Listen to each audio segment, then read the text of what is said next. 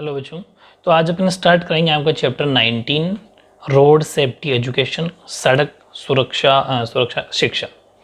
इतना आसान तरीका लाया हूँ, इसके लिए बहुत ज़्यादा मेहनत करी है मैंने इस वीडियो में।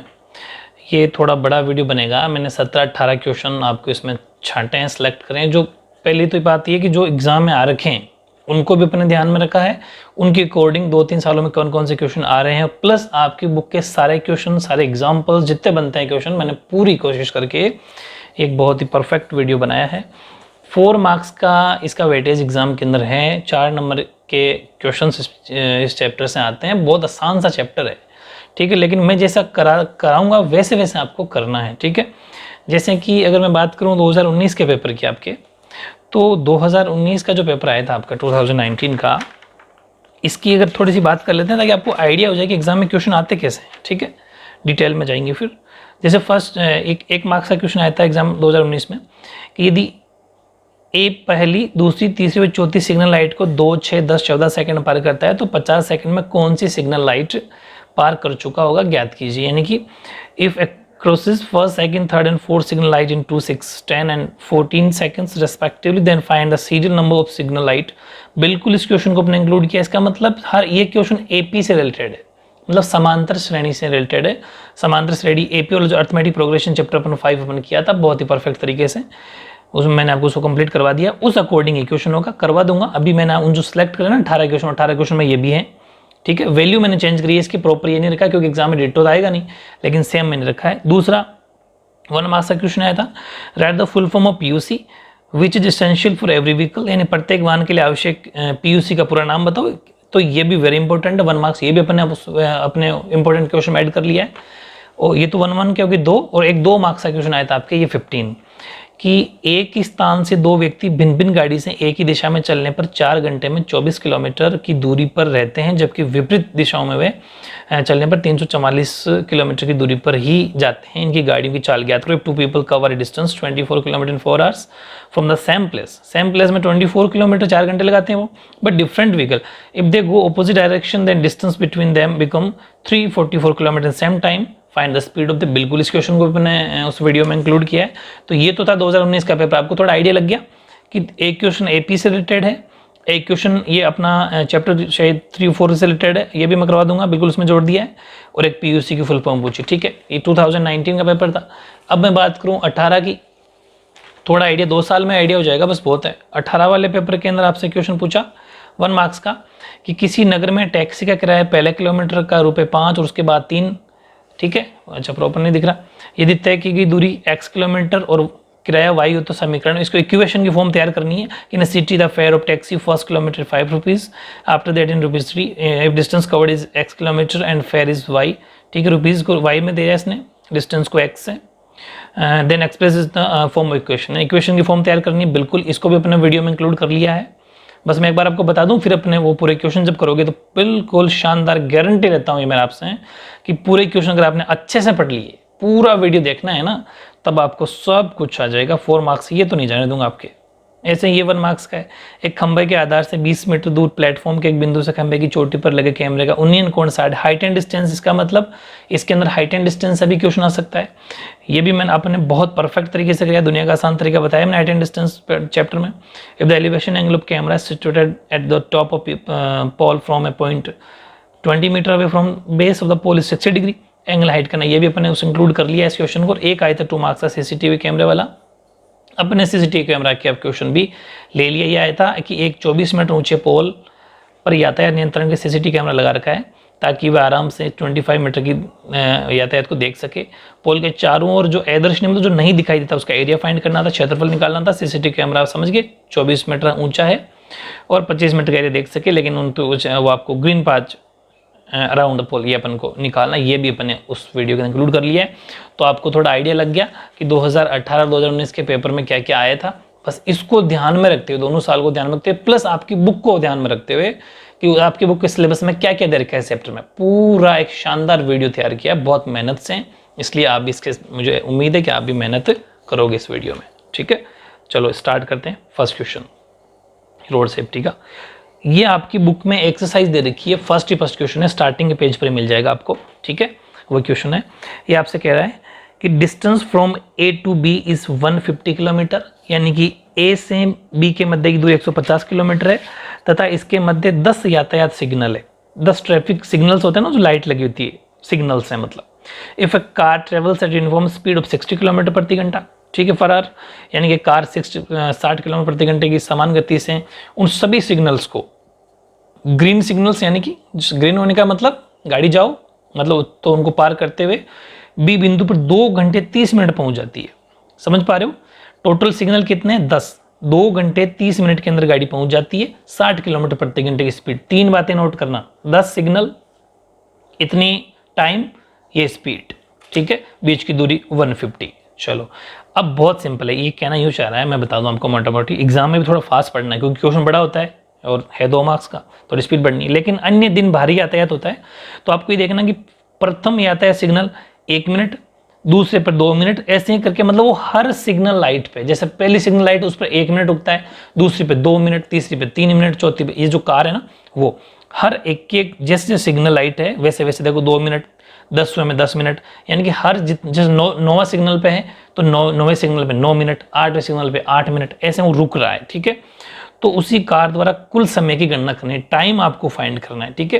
Calculate total time taken by the same car if it is obeying all traffic signals and ignore other hurdles HURDLE, ठीक है, and moves with the same speed of 60 kilometre, speed वही है। तो आपको बताना है कि यदि वह सभी यातायात सिग्नल की अनुपालना करे तो कितना टाइम लगाएगी पूरी डिस्टेंस कवर करने में। बहुत सिंपल है, इसको मैं एक तरीका बताता हूँ आपको करने का, ठीक है। तो इसका सोल्यूशन अपन देखते हैं। यहाँ देखो, पहले मेरी बात समझना कि उसको अभी तक टाइम लग चुका कितना, अभी तक उसको टाइम लग गया 2 घंटे और 30 मिनट, ये टाइम उसको लग चुका। लेकिन अब जो बीच में 10 सिग्नल आए ना, 10 सिग्नल आ गए, तो वो हर सिग्नल पे, एक बार समझना मेरी बात, हर सिग्नल पे वो कितना कितना रुकता है। पहले सिग्नल पे 1 मिनट, दूसरे पे 2 मिनट, है ना, ऐसे जैसे जैसे सिग्नल है वैसे वैसे प्रश्नानुसार। मतलब पहले सिग्नल पे 1 मिनट, दूसरे पे 2 मिनट, तीसरे पे 3 मिनट, चौथे पे 4 मिनट, पाँचवें पे 5, इस तरीके से टोटल वो 10 सिग्नल को कवर करता है। 10वें सिग्नल पे 10 मिनट। इस तरीके से एक एपी की फॉर्म तैयार हो गई। इतना टाइम तो उनको लग चुका बिना रुके, लेकिन अब जो 10 सिग्नल पे रुक रहा है ना, ये टाइम इसमें ऐड कर देंगे, अपना आंसर आ जाएगा, वो आ जाएगा टोटल टाइम, ठीक है। मेरी बात समझना। तो ये एक एपी की फॉर्म तैयार होगी, और एपी को अपन करते कैसे हैं, फर्स्ट टर्म यानी कि प्रथम पद, ठीक है। प्रथम पद का मतलब ए, ये हो गया 1, फिर अपन निकालते थे कॉमन डिफरेंस, ठीक है। कॉमन डिफरेंस का मतलब सार्वय अंतर, सार्वय अंतर को अपन दिखाते थे डी से, वो हो जाएगा A2 - A1 यानी कि 2 - 1, तो डी आ गया 1, ठीक है, ये आ गया 1। और 10 मिनट और लास्ट टाइम है, तो वो हम ले लेंगे, देखो वो हमारे लिए नंबर है, कितना टाइम लग रहा है इसे, कि जैसे n की वैल्यू रहेगी वो हमारे लिए, ठीक है, यानी कि n हो गया 10 मिनट। समझ पा रहे हो, n 10 हो गया, क्योंकि टोटल है कितने ऐसे 1 2, जितना सिग्नल उतनी बार रुक रहा है, तो n हो गया 10। अब हमें निकालना है टोटल टाइम कितना ले रहा हो, तो total time to be stopped at all signals, यानी कि सभी सिग्नलों पर रुकने में लगा समय, कितना टाइम लगा। तो अपन को जब भी एपी वाले चैप्टर में टोटल निकालना होता था, अपन कौन सा फॉर्मूला लगाते थे, एस एन का। तो एन की जगह अपन टी लिख देंगे, क्योंकि यहाँ पर टाइम निकालना है ना, तो बात वही है, एस टी एस एन। फिर अपन लिख देते हैं n/2, ये लो n/2, एन की जगह क्या है, टी, समझ गए होंगे, 2a प्लस n-1 यानी कि t-1 और डी, ये होता था फॉर्मूला एस एन का, वो इसमें लगाएंगे। बड़ा सिंपल है ना, बहुत ईजी है। अब देखो एस टी है मतलब टोटल टाइम, कुल समय हमें निकालना है। अब टी हमारे पास यहाँ पर जो टी है, अब अपन ने यहाँ पर टी को क्या लेना है, जो हमें यहाँ 10 मिनट, टोटल 10 मिनट लग रहा है, 10 मिनट, ठीक है। तो हमारे लिए एन, यानी कि एन की जगह टी तो है, तो एन बोल दो चाहे टी बोल दो, तो ये हो जाएगा हमारे लिए 10/2, 2 ए की जगह इंटू 1 प्लस टी की जगह 10 माइनस 1, और कॉमन डिफरेंस भी 1, ठीक है।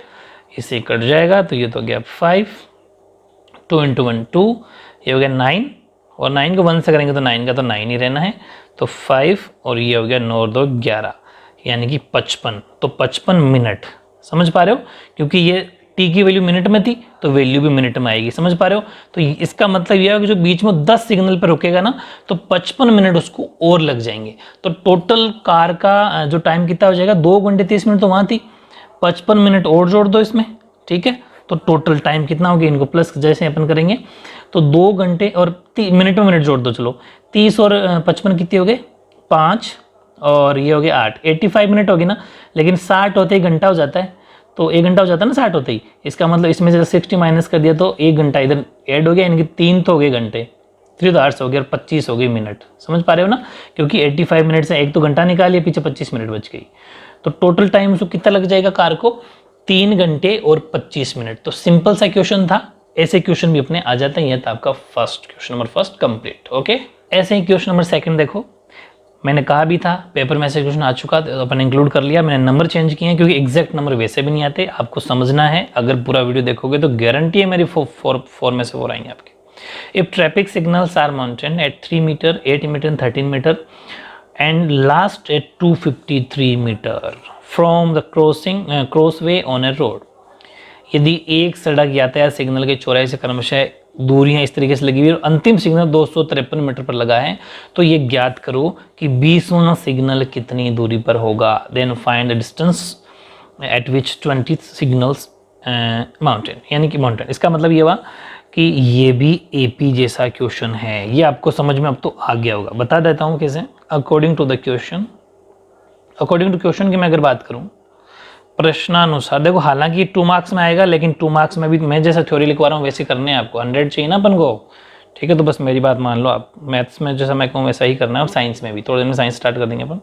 तो प्रश्नानुसार की मैं बात करूँ तो हमें दे रखा है 3 8 13 dot dot dot dot, last कितना है 253 मीटर, ठीक है। तो इस अकॉर्डिंग एक ये एपी बन गई। तो फर्स्ट टर्म यानी कि प्रथम पद जिसको अपन ए से डिनोट करते हैं वो 3, फिर कॉमन डिफरेंस, ठीक है। कॉमन डिफरेंस का मतलब सार्व अंतर, और सार्व अंतर को अपन दिखाते हैं डी से। तो 8 - 3 यानी कि 8 - 7, तो डी की वैल्यू हो गई 5। फर्स्ट टर्म हो गया 3। और जो 253 है वो हमारे लिए किसका काम करेगा बताओ। 253 मतलब लास्ट सिग्नल है भाई। 253 क्या है, लास्ट सिग्नल है। तो लास्ट सिग्नल है, देखो ये पूरा अंतिम सिग्नल 253 मीटर पर लगा है।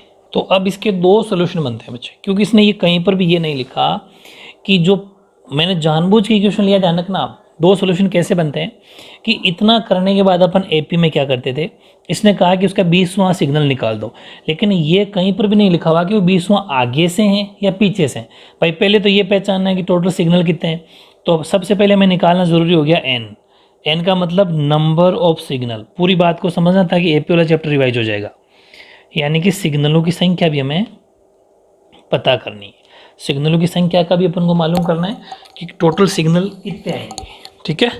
यानी कि भाई नंबर ऑफ सिग्नल का पता चल जाए तो चलो उसका एन का फॉर्मूला क्या होता है, an = a + n - 1d। an का मतलब 253, भाई लास्ट में है सिग्नल, तो an की वैल्यू हो जाएगी 253, क्योंकि लास्ट है सिग्नल 253 तक। तो अपन an का फॉर्मूला लगा देंगे, 253 = a की वैल्यू 3 + n का पता नहीं, और d है अपने पास 5। तो 253, 3 को इधर ले लो, इधर बच गया n - 1 और 5, यानी कि 253 में से बच गया 250, 3 जब चले गए तो, और ये हो गया 5n - 5। तो 250 में जब 5 को इधर लाएंगे तो 5 हो जाएगा प्लस में, इधर बचा 5n, तो ये हो गया 255 = 5n। समझते ना, पूरा ट्रिक बताता हूँ पूरे तरीके से। कट गया तो 51 आ गया। इसका मतलब टोटल जो सिग्नल है वो 51 सिग्नल है। समझ पा रहे हो, सिग्नल कितने हैं टोटल 51। तो ये तो चलो हमें पता चल गया। अब हमें ये नहीं पता ना कि जो 20वां पूछा है उसने, वेरी इंपॉर्टेंट क्वेश्चन है ना, वो कौन सा है। हालांकि एग्जाम के अंदर वो आपको देगा कि भाई या तो आगे से या पीछे से, या तो पीछे से 20वां सिग्नल या आगे से 20वां सिग्नल। तो अब मैं आपको दोनों तरीके बता देता हूँ। अगर वो आगे से पूछता नंबर वाइज है ना, आगे से 20वां, मेरी बात को पूरा समझना। फ्रंट से पूछता 20वां तो अपन सीधा लगाते थे a20 = a + 19d। बता रखा है मैंने एपी वाले चैप्टर में, बहुत ही शानदार। 20 हो तो a + 19d, 21 हो तो a + 20d, 22 हो तो a + 21d, या 50 हो तो a + 49d, एक कम d। मतलब यहाँ पर जितना भी उसे कम डी ट्रिक बता रखी है आपको, तो A20 इक्वल्स टू ए की वैल्यू हो गई 3 प्लस 19 इंटू डी की वैल्यू हो गई 5, तो 3 प्लस 95, ठीक है, तो 98। तो 20वां सिग्नल है वो 98 मीटर की डिस्टेंस पर होता, अगर आगे से पूछता तो। चलो ये सोल्यूशन समझ में आ जाएगा एग्जाम में, आगे से लेकर आएगा तो 98 मीटर आंसर आपका। और अगर अभी ऐसा मान लो कि पीछे से है, पीछे से 20वां, और जहाँ तक एग्जाम है वो आपसे पीछे से ही पूछेगा फ्रॉम द लास्ट, ठीक है, ये वेरी इंपॉर्टेंट है। अगर लास्ट से पूछे ना तो फिर ये सोल्यूशन आपको करने की जरूरत नहीं है, ये वाला सिर्फ इतना सा करके ये करना है। लेकिन आगे से पूछे तो फिर ये पूरा और ये करना है। मेरी बात समझ में आ गई?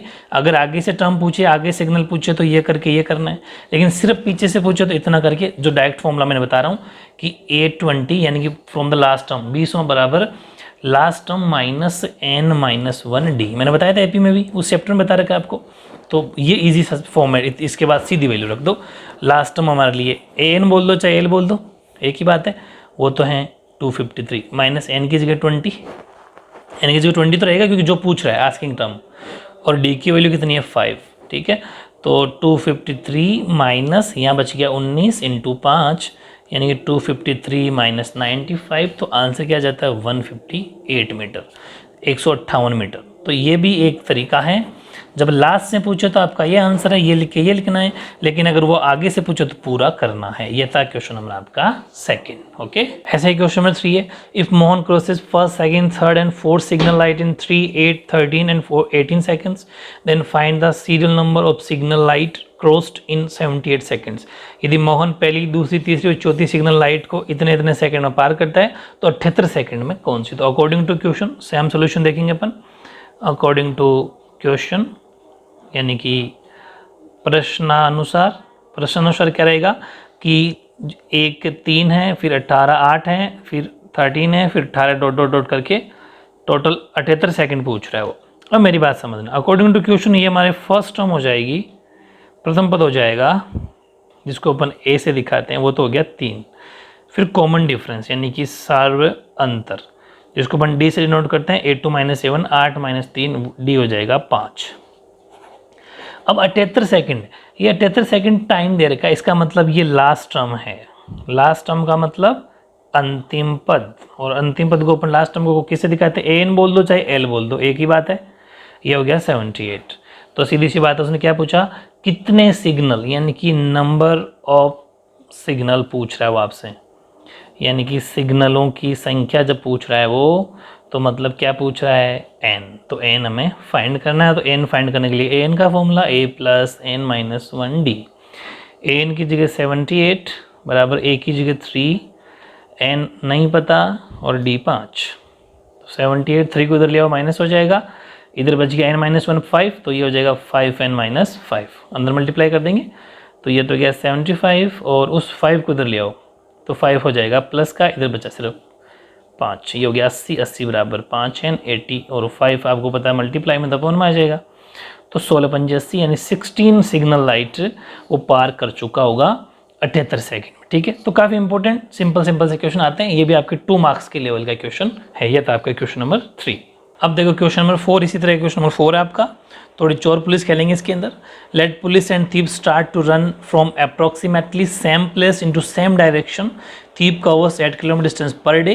Police covers 5 kilometre more on first day and then 3/4 kilometre more per day. यानी कि माना चोर और पुलिस एक स्थान से एक ही दिशा में भागते हैं या फिर प्रस्थान करते हैं। चोर हर दिन 8 किलोमीटर की डिस्टेंस की दूरी तय करता है, जबकि पुलिस है ना, पुलिस 5 किलोमीटर डिस्टेंस उससे ज़्यादा कवर करती है। किससे? चोरों से ज़्यादा कवर करती है, और हर दिन पुलिस करती है 3/4 किलोमीटर तय करती है। तो आपको ये बताना है कि यदि तुम पुलिस होते तो उस चोर को कितने दिनों में पकड़ लेते। If you were police then it how many days you can catch the thief, that thief. यानी उस चोर को कितने दिनों में पकड़ लेते। तो अपन इसको इस पेज में कर लेते हैं, मैंने थोड़ी लाइनें लिख दी है कि let police will catch the thief in n days, माना कि पुलिस चोर को n दिनों में, क्योंकि नंबर ऑफ डेज को अपन n ले लेते हैं, चलो n दिनों पकड़ लेगी। डिस्टेंस कवर्ड बाय थीफ, चोर द्वारा तय की गई डिस्टेंस। तो एक फॉर्मूला मैंने आपको बता देता हूँ कि डिस्टेंस का फॉर्मूला होता है टाइम इंटू समय इंटू क्या लिखते हैं अपन डिस्टेंस का फॉर्मूला, कितनी उसने वो करी, कितने दिनों में करी, तो टाइम इंटू उसकी स्पीड। तो देखो वो कितने दिनों में चोर पकड़ रहा था, वो कर रहा था 8 किलोमीटर डिस्टेंस पर डे। इसका मतलब चोर के द्वारा डिस्टेंस कितनी तय कर ली, 8 किलोमीटर n डेज में। समझ पा रहे हो, ये तो हो गया उसका टाइम और ये हो गया उसकी डिस्टेंस, ठीक है। तो 8n, समझ पा रहे हो। तो चोर के द्वारा तय की दूरी 8n हो गई, क्योंकि हम नंबर ऑफ दिनों को ले रहे हैं n से, ठीक है। पर डे का मतलब दिन और किलोमीटर 8, तो ये तो होगी चोर के द्वारा टोटल तय की गई दूरी। बस चोरों का मैटर क्लोज। फिर है पुलिस की। पुलिस के ओपन का पता नहीं, वो पूछ रहा है पुलिस कितने दिन में पकड़ लेती। मेन चीज़ पुलिस की है, तो इसका मतलब SN हमें फाइंड करना है। पुलिस की हम भाई AP की तरह बन गया ये भी, तो पुलिस की टोटल डिस्टेंस फाइंड करेंगे। टोटल डिस्टेंस का मतलब SN का अपन इसके अंदर फॉर्मूला लगाएंगे, और SN का मतलब सम होता है, टोटल होता है। उसका फॉर्मूला आपको पता है, ये n/2 2a प्लस n-1 और d। अब बात आई, अगर SN का लगाएंगे तो फिर हमारे पास डिस्टेंस तो है ही नहीं, मतलब n वगैरह की वैल्यू है क्या, तो है ना। पहले दिन पुलिस कितनी ज़्यादा उससे कवर करती है, 5, तो यानी कि मैं पुलिस के अगर अकॉर्डिंग बात करूँ तो फर्स्ट टर्म हमारे लिए, यानी प्रथम पद हो गया 5, क्योंकि 5 किलोमीटर सिर्फ पुलिस पर नज़र रखो आप। पुलिस की सोल्यूशन में क्या तरीका है कि 5 पहले दिन, उसके बाद में एवरीडे का मतलब हर दिन कितनी डिस्टेंस कवर कर, 3-4 किलोमीटर मोर पर डे। इसका मतलब ये हो गया कॉमन डिफरेंस, क्योंकि हर दिन बात जो करी जाती है वो होती है कॉमन डिफरेंस, यानी कि सार्वय अंतर। समझ पा रहे हो ना। जैसे मैं अपन AP भी ऐसी बनती कि पहले दिन 2 से 4, फिर बार 4 का गैप, ऐसा मान लो 2 का गैप, वैसे इसमें हो जाएगा। तो 3.4 हमारे लिए कॉमन डिफरेंस हो गया, ठीक है। और फर्स्ट टर्म हो गया ये। और हमें नंबर ऑफ क्या फाइंड करना है, दिन, कितने दिन में, तो नंबर ऑफ डेज, यानी n की वैल्यू फाइंड करनी है, दिनों की संख्या। समझ पा रहे हो, दिनों की संख्या हमें फाइंड करनी है, मतलब n कितना होगा वो नहीं पता। तो देखो SN का फॉर्मूला लगा ही रखा है अपन ने, वैल्यू पुट कर दो, SN इक्वल्स टू n की जगह तो है नहीं तो n/2, 2a की जगह 5 प्लस n है नहीं, n-1 और d की जगह 3.4। अच्छे समझना। तो SN इक्वल्स टू n/2, 2 × 5 हो गया 10 प्लस n, इसको बारी बारी मल्टीप्लाई कर लो, तो ये तो एक बार तो गया 3.4n, एक बार ऐसा कर लो तो माइनस का 3.4। इसके बाद यहाँ कर लेते हैं अपन SN इक्वल्स टू n/2 और 10 का तो 10। अब एक काम करो, LCM ले लो पूरे का ही, तो पूरे का LCM आएगा 4, ठीक है। 4 ये सब के नीचे 4, तो ये हो जाएगा 40। LCM सोल्व करना तो आता ही है, ये हो गया 3n, ये हो गया 3, ठीक है। चलो, तो SN इक्वल्स टू n/2, 40 में से 3 गया तो 37 बच गया, 37 प्लस 3n/4। ये दोनों मल्टीप्लाई में है, समझ पा रहे हो भाई, ये दोनों आपस में मल्टीप्लाई में ना। तो SN इक्वल्स टू, आप चाहो तो 4 को बाहर भी ले सकते हो, यानी कि n/8, नीचे वाले को नीचे मल्टीप्लाई कर देंगे, और इसके अंदर रहने तो 37 प्लस 3n को, बस, यानी कि इस चीज़ को बाहर लिया है अपन। रूट तो है नहीं, को बाहर नहीं आ सकता, आराम से आ सकता है, ये वाले ऐसे मल्टीप्लाई, ये वाले ऐसे मल्टीप्लाई, तो उसको वैसा रख दिया, नीचे हो गया 8। समझ पा रहे हो, ये वैल्यू निकल के आ गई पुलिस के द्वारा तय की गई डिस्टेंस है। ये बात समझ में आ गई आपके कि पुलिस ने इतनी डिस्टेंस कवर करी, चोर ने इतनी डिस्टेंस कवर करी। अब यहाँ पर दिमाग लगाने वाली बात एक यहाँ पर स्टार्ट हो जाती है, वो ये है कि सोचो कि अगर आप पुलिस में होते, ठीक है, तो भाई जितना चोर भागेगा, जितनी चोर डिस्टेंस कवर करेगा, उतनी तो आप करोगे, तभी जाके तो चोर पकड़ा जाएगा। सोचने वाली बात है, बहुत इंपॉर्टेंट। यानी कि जितनी डिस्टेंस आप कवर करोगे, या फिर ऐसा मान लो कि जितनी डिस्टेंस चोर कवर करेंगे, जितनी दूरी चोर तय करेंगे, उतनी तो आप करोगे, तभी तो चोर को पकड़ोगे। उससे कम कर ली तो चोर पकड़ा ही नहीं जाएगा, ज़्यादा कर नहीं सकते, ज़्यादा करके आगे थोड़ी निकलना है, पकड़ना ही था उसको। इसका मतलब अकॉर्डिंग टू क्वेश्चन की बात करूँ मैं, मेरी बात समझना, अकॉर्डिंग टू क्वेश्चन का मतलब होता है प्रश्नानुसार। अगर प्रश्नानुसार की बात की जाए तो जितनी डिस्टेंस चोर तय करेंगे, उतनी ही डिस्टेंस आप कवर करोगे, यानी कि पुलिस कवर करेगी। समझ पा रहे हो ना, इसका मतलब डिस्टेंस बराबर डिस्टेंस। समझ गए मेरी बात, ये वेरी इंपॉर्टेंट बात थी, ये समझ ली तो फिर तो कुछ है ही नहीं इस क्वेश्चन में। तो यहाँ SN है, SN की मतलब भाई इसको तो लिखने की जरूरत नहीं है, दूरी बराबर दूरी रख ली। तो देखो यहाँ तो 8n है, ये n ऊपर, ये क्या लिख रहा हूँ 8n। तो फिर देखो इस 8 को भेज देंगे इधर, चलो मल्टीप्लाई में भेज दो इधर, तो क्या बचा n और 37 प्लस 3n, ये बच गया। सिंपल है ना, सोल्यूशन करने का तरीका होता है, इधर भेज दोगे तो बड़ा इजी पड़ जाएगा आपके। अब मेरी बात समझना, इस n को भी इधर ले आओ, ये जो n है, एक काम करो n/8 को पूरा ही ले आओ इधर, तो 8 ऊपर चले जाएंगे, n नीचे आ जाएंगे। अब समझ गए, इसको अपन इधर लाए थे, रेसिप्रोकल हो गया, 8 ऊपर n नीचे। अब देखो क्या फ़ायदा हो गया, मल्टीप्लाई में n से n कट गया, यहाँ सिर्फ 64 बचा, इधर 37 प्लस 3n बचा। देखो अगर आप इसको अंदर मल्टीप्लाई करते तो बहुत मुश्किल होता, मेरी टेक्निक समझ लेना है, टाइम बच जाएगा। तो नंबर एक तरफ कर दो, 3n को उधर ले आओ, सॉरी 37 को, और 3n उधर रहने, तो n की वैल्यू उधर रहने दो। तो 14 में 7 गया तो 7, यहाँ बच गया 5 में 3 गया तो 2, तो 27 बराबर 3n। तो 27/3, क्योंकि आपको पता है ना वो n मल्टीप्लाई में, तो कट गया, इसका मतलब 9 आ गया। तो कितना क्या बोलते हैं, कितने दिनों में पकड़ लेगी n का मतलब, अपन n को क्या माना था, नंबर ऑफ डेज, तो अपन लिख देंगे हैंस जो पुलिस पकड़ेगी उसको कितने डेज में पकड़ेगी, 9 डेज में, ठीक है, यानी कि 9 दिन में। तो इस तरीके से सिंपल से क्वेश्चन आता है, लेकिन समझना बेहद जरूरी होता है। ये था आपका क्वेश्चन नंबर 4। ऐसे ही देखो आपका क्वेश्चन नंबर 5, काफी इंपॉर्टेंट क्वेश्चन, थोड़ा डिफरेंट टाइप क्वेश्चन था, इसलिए मैंने आपको एक टेबल की फॉर्म मतलब ग्राफ टाइप क्वेश्चन ये लिया अपने वीडियो में इंक्लूड किया है। ये आपको एक वीडियो दे रखा है, मतलब एक ग्राफ दे रखा है, और आपसे कहना है the above graph shows concentration of major atmospheric pollutants, यानी कि उपयुक्त प्रमुख वातावरणीय प्रदूषकों की सांद्रता को प्रदर्शित कर रखा है आपको ग्राफ में, किस वर्ष में प्रमुख प्रदूषकों की कमी को देखा गया, और इसके लिए आप किसको मतलब श्रेय देंगे, ठीक है। तो अपन अगर देखें इस ग्राफ के अकॉर्डिंग, तो मैं आपको थोड़ा समझा दूं कि CO कार्बन मोनोऑक्साइड को अपने इस स्क्वायर से दिखाया, स्क्वायर है ना, छोटे छोटे स्क्वायर मान लेना इसको, बॉक्स टाइप, और कार्बन मोनोऑक्साइड CO को तो अपने दिखाया बॉक्स से, और SO2 को दिखाया अपने डॉट से, बिल्कुल डॉट से, ये SO2 है ना, और NO2 को अपने दिखाया है स्टार से, ऐसे थोड़े स्टार टाइप, ठीक है, ऐसे ये 3 साइन अपने अलग अलग बनाए हैं। अब अपन इसकी अगर बात करें तो ये पूछना चाह रहा है कि किस में आपको सबसे कम नजर आया। तो सीधी सी बात है कि जो कार्बन मोनोऑक्साइड थी CO, वो देखो 1998 के अंदर 600 के करीब थी, फिर 450 के समथिंग, फिर 600 रही, फिर 500 रही, और सबसे कम 2003 के अंदर देखो 600 थी, जो लगभग 300 के करीब आ गई। इसका मतलब 2003 के अंदर कार्बन मोनोऑक्साइड को अपन अगर बात करें तो प्रमुख प्रदूषक कार्बन मोनोऑक्साइड CO वर्ष 2003 में सबसे कम देखा गया, यानी the quantity of main pollutant carbon dioxide बोल दो sir, carbon dioxide is minimum is the year 2003, 2003 में कार्बन डाइऑक्साइड यानी कि CO को, इसके अंदर CO2 होता है वैसे तो, इसको अपन ने इस जैसा इसमें दे रखा है उसको कोई फर्क नहीं पड़ता, फिर CO दे रखा कुछ भी दे दो, वो मिनिमम अपन ने 2003 में देखा, पहली बात ये लिख दी अपन ने।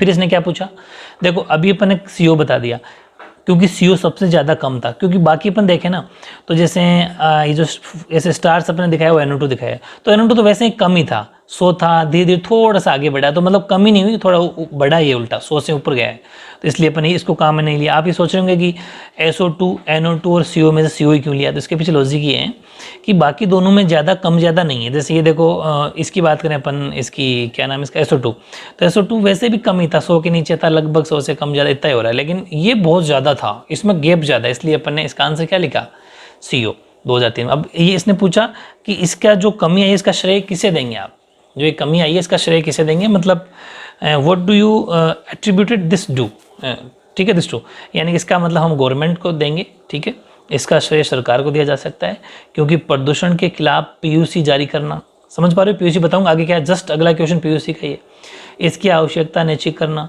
PUC न रखने पर कानूनी कार्रवाई के दौरान सजा या दंड का प्रावधान करना, ये सब गवर्नमेंट ने तो काम किए, तभी तो इसके अंदर कमी आई है। तो we can give its credit to the government because government introduced and encourage the use of more efficient fuel which are low polluting such as CNG, LPG etc. ये एग्जाम्पल डाल सकते हो, इसमें भी डाल सकते हो, ठीक है, कि PUC increasing awareness in the people about the environment and hazards of polluting the environment, यानी कि कुछ बातें हैं जो ऐसे क्वेश्चन भी 2 मार्क्स में आ जाते हैं, तो अपन को थोड़ी थ्योरी के रूप में कैसे लिखा जाना है वो मैंने सिस्टम आपको करवा दिया, ठीक है। ये था क्वेश्चन नंबर 5। अब देखो क्वेश्चन नंबर 6, ऐसा क्वेश्चन आपके आया भी था कि what is full form of PUC, PUC का पूरा नाम क्या है। तो देखो पूरा नाम ये 1 मार्क्स में हालांकि आ चुका, लेकिन फिर भी PUC से रिलेटेड मैंने 3 क्वेश्चन लिए और इसके अलावा कोई भी क्वेश्चन एग्जाम में आपके नहीं आ सकता, ये गारंटी है। इसलिए PUC से रिलेटेड जो भी क्वेश्चन आएगा वो इन तीनों में से आएगा। फुल फॉर्म है पोल्यूशन अंडर कंट्रोल सर्टिफिकेट, यानी कि प्रदूषण नियंत्रित प्रमाण पत्र। 1 मार्क्स में सीधी सीधी full form, direct answer. Second बात है जो भी पिछले क्वेश्चन में भी थी, what are importance of PUC, PUC का क्या महत्व है और ये क्यों दिया जाता है। ये भी आ सकता है तो क्या महत्व है या फिर दिया क्यों जाता है ये। इसका ये मेन आंसर ये होगा कि पहली बात तो ये कि it is given to the vehicle after observing the level of pollutant excreted to the environment after the combustion of fuel. This is way of controlling pollution done by vehicles. आपने देखा होगा अपन भी गाड़ी के अंदर जो पीयूसी का form लगवाते हैं, जैसे वो नाप लेते हैं, पोल्यूशन नाप लेते हैं, यानी कि ये एक प्रमाण है और ये इसलिए दिया जाता है कि वाहन द्वारा किया जाने वाला प्रदूषण किस लेवल का है, किस स्तर का है। यदि मानक स्तर से ज़्यादा है तो वाहन मालिक के विरुद्ध कार्रवाई होती है। समझ पा रहे हो, ये इसलिए ज़रूरी होता है। तो ये इंपॉर्टेंस 1 मार्क्स में आ सकता है, याद करना है इसको, ठीक है। फिर बात है, एक क्वेश्चन और मैंने छांटा पीयूसी के लिए आपके लिए, और वो यूं कहना चाह रहा आपसे कि what steps are taken in favour of PUC. PUC को बढ़ावा देने के लिए क्या कदम उठाई जाना चाहिए, मतलब पीयूसी को लोगों में अवेयरनेस आए, पीयूसी हर कोई करवाए, इसके लिए क्या करना चाहिए। तो पहली बात है कि PUC is compulsory for all vehicles. प्रत्येक वाहन के लिए पीयूसी जरूरी है, आवश्यक है। Government has introduced LPG, liquid petroleum gas, हो सकता है फुल फॉर्म पूछ ले इसलिए मैंने साथ में वो भी लिख दी, एंड सीएनजी यानी compressed natural gas instead of petrol. यानी कि इसे बढ़ावा देने के लिए हमें एलपीजी या सीएनजी को पेट्रोल के स्थान पर यूज करने की योजना शुरू करनी चाहिए। समझ पा रहे हो ना भाई, लोगों को ये बताओ कि आप पेट्रोल डीजल की जगह क्या यूज़ करो, एलपीजी या फिर सीएनजी यूज करो। तो इससे क्या होगा, थोड़ा सा जो अपना पोल्यूशन है वो कंट्रोल में आएगा। ये भी 1 मार्क्स में आ सकता है आपके, ठीक है। अब देखो क्वेश्चन नंबर 9, काफ़ी इंपॉर्टेंट, ऐसा क्वेश्चन एग्जाम में भी आ चुका।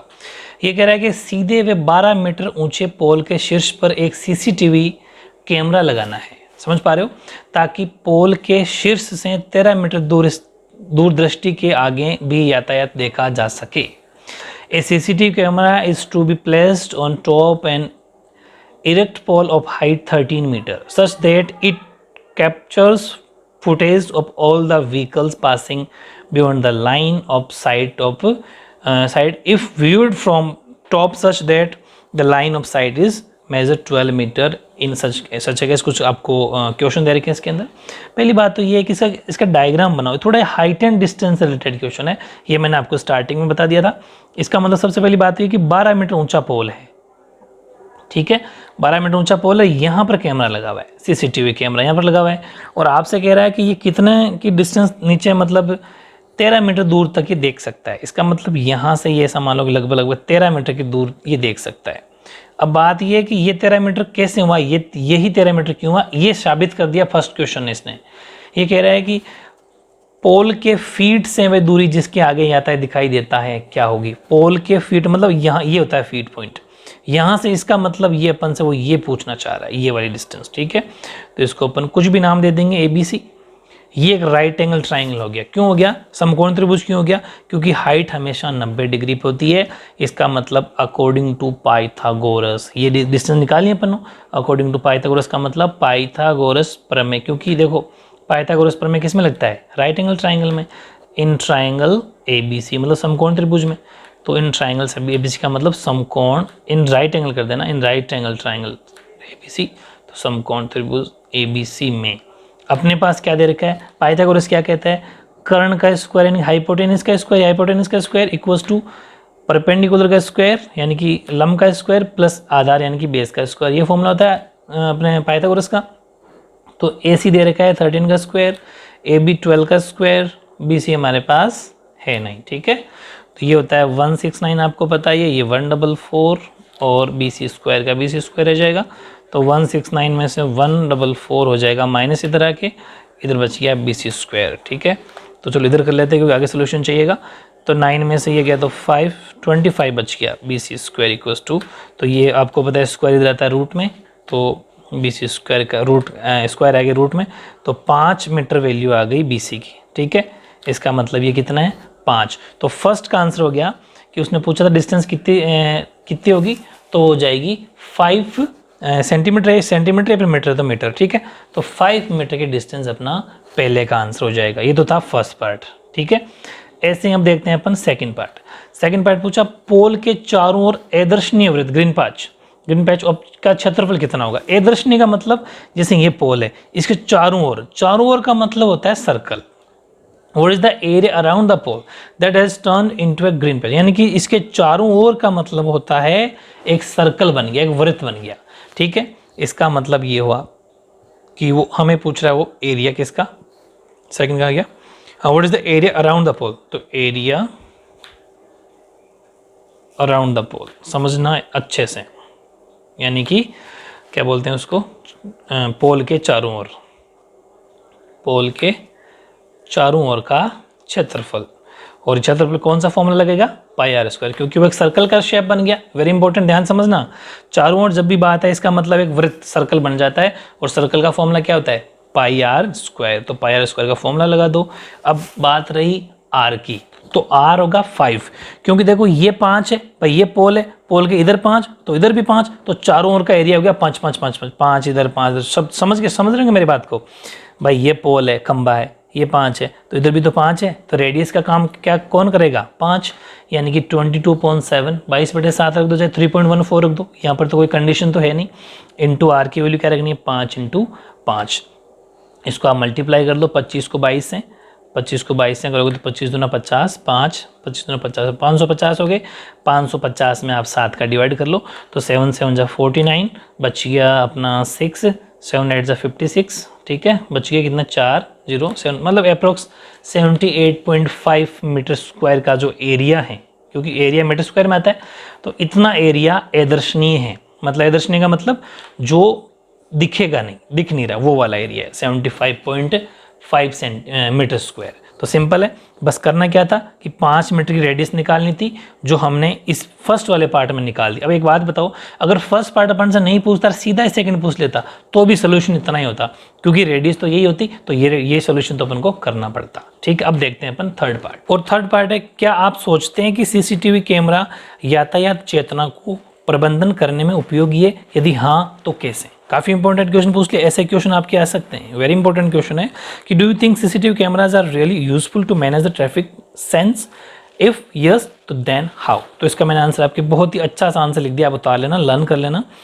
ये कह रहा है, तो आपको आंसर लिखना है yes CCTV cameras useful manage and control the traffic, यानी कि हाँ सीसीटीवी कैमरा यातायात चेतना को प्रबंधन करने में निम्न प्रकार से उपयोगी। पहला है, यदि कैमरे की नज़र में, तो फॉलोइंग स्टेप्स है कौन कौन सी है वो स्टेटमेंट।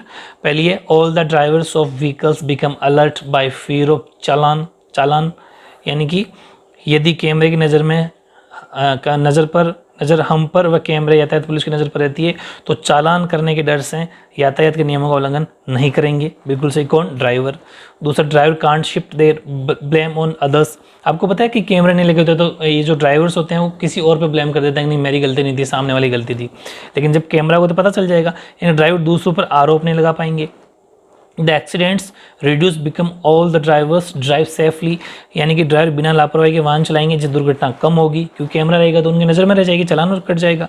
और the traffic police become more efficient, और पुलिस के लिए भी सुविधा रहती है कि कौन किसकी गलती थी वगैरह वगैरह। तो 2-4 पॉइंट आप लिख देना। तो ये था आपका थर्ड पार्ट। तो मेरे हिसाब से ये सोल्यूशन आपको आंसर लिखना है। ये था आपका क्वेश्चन नंबर 9 कंप्लीट।